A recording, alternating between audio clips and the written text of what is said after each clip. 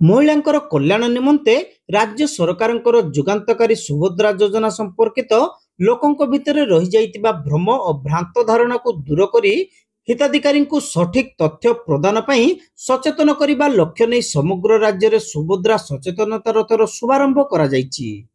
एही परिप्रेक्षी स्थानीय गांधी स्मृति भवन ठारे ओडिया भाषा साहित्य और संस्कृति उच्च शिक्षा क्रीड़ा और युव सेवा विभाग मंत्री सूर्यवंशी सूरज पताका देखाई सुभद्रा सचेतनता रथर शुभारंभ करिसेंती। राज्य में महिला मानकर आर्थिक सशक्तिकरण सह स्वावलंबी और आत्मनिर्भर करने दिगरे राज्य सरकार एक अभिनव योजना बोली मंत्री कहिथिले।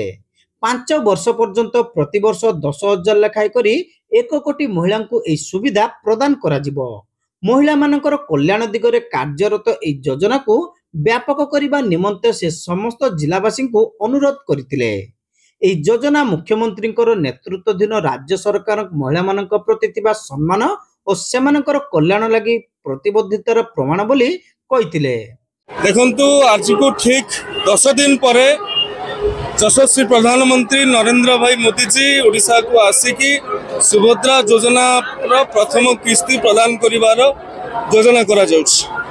यार 10 दिन पूर्व जो माँ माने एथिपाई उद्दिष्ट अछंती, जो माने आर्थिक असच्छल अछंती, जो माने समाज रे दीर्घ दिन धरिकी वंचित होइक रहिचंती, से वर्गर समस्त महिला माननकु 21 वर्ष रु 60 वर्ष समय सीमा मध्य समस्त को 50,000 टंका 5 वर्ष भितर प्रदान करा जिवो। ये संकल्प भारतीय जनता पार्टी निर्वाचन पूर्व देइथिला एवं से संकल्प को 100 दिन भितर कार्यकारी करुछि। ये एक गर्व गौरव विषय। आमर कथारे अछि यत्र नार्यन्तु पूज्यन्ते तत्र रमन्ते देवताः।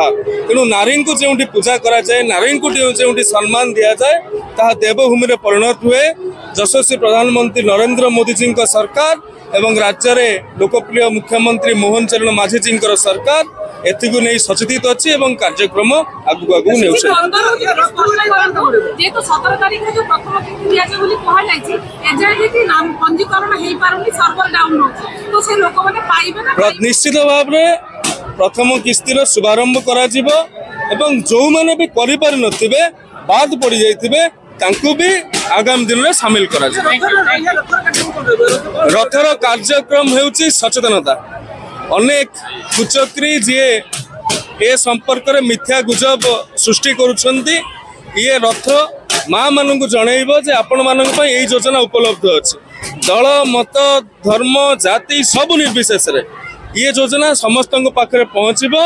जो आईसी कार्यक्रम रही से आईसी कार्यक्रम माध्यम रे ए कार्यक्रम को करा जाउछ एवं सरकार तरफ टोल फ्री नंबर भी जारी होइछ। सकाळ 6टा राति 10टा पर्यंत भी कॉल सेंटर रे पिला माने बसुचंती। सरकार तरफ व्यवस्था करा जाइछि। सीधा सड़क हिताधिकारी माने तांकर संशय द्वंद्व को पचारि बुझी पारिबे। धन्यवाद। बालेश्वर सांसद प्रताप चंद्र षडंगी, सदर विधायक मानस कुमार दत्त, नीलगिरी विधायक संतोष कटुआ महिलांकर आर्थिक उत्थान निमंते एई जुगान्तकारी पदक्षेप को घरे घरे पहुंचाइबा पई उपस्थित जनसाधारण को वार्ता दैथिले।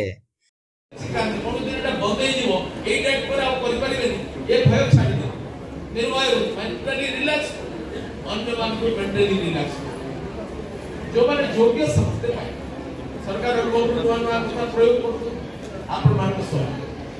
दले लोक भय सृष्टि टंका पैसा आदाय करने आरंभ कर गोटिए सुभद्रा आउ कोटिए माँ, गोटिए सुभद्रा आउ कोटिए माँ ए प्रकार एक कार्यक्रम नहीं कि महिला मानन को सशक्तिकरण करबा पई, महिला मानन को प्रोत्साहित करबा पई ये गवर्नमेंट ऑफ ओडिशा कर एक फ्लैगशिप प्रोग्राम आज शुभारंभ होछि।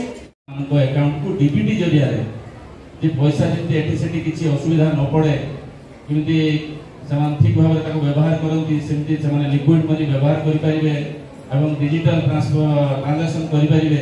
जदि आपण डिजिटल ट्रांजैक्शन करिवे ताले आउरी 500 टका मत सेते आपण माने पाइबे। तेनु ये गोटे बहुत बड़ प्रोग्राम सशक्त माँ मान को आहुरी अधिक सशक्त करने निश्चित भाव में उपयोगी हम। जिला परिषद अध्यक्ष नारायण चंद्र प्रधान और बालेश्वर पौरपालिका अध्यक्षा सबिता साहू मध्य अनुरूप वार्ता सह सुभद्रा योजनार महिला मानकु रोजगारक्षम करी आत्मनिर्भर करिबो बोली कहिथिले। जिलापाल सूर्यवंशी मयूर विकास स्वागत भाषण प्रदान करथिबा बेले अतिरिक्त जिलापाल सुधाकर नायक धन्यवाद अर्पण करथिले। जिला परिषद मुख्य तथा कार्यनिर्वाही अधिकारी विश्वरंजन नायक समस्त कार्यक्रम सुपरिचालना करथिबा बेले असिस्टेंट कलेक्टर नारायण हेम्ब्रम, जिला जरूरीकालीन अधिकारी साई कृष्ण जेना, डेप्यूटी कलेक्टर पुरुषोत्तम मिश्र, डीसीपी ममता वामदेव पाणिग्राही समस्त सहयोग करथिले। जिला सूचना और लोक संपर्क अधिकारी ऐश्वर्या सामंत मंच परिचालना करथिले। चलित मास 16 तारिख पर्यंत जिलार समस्त 12 गोटी ब्लॉक रे एवं 5 गोटी पौरांचल आदिवासी को सुभद्रा योजना संपर्कित सचेतनता वार्ता प्रदान करने 6 गोटी सुभद्रा सचेतनता रथर शुभारंभ करा जायछि। एही अवसर में महिला स्वयं सहायता गोष्ठीर मां माने, सहरर बुद्धिजीवी तथा गणमाध्यम प्रतिनिधि माने उपस्थित थिले।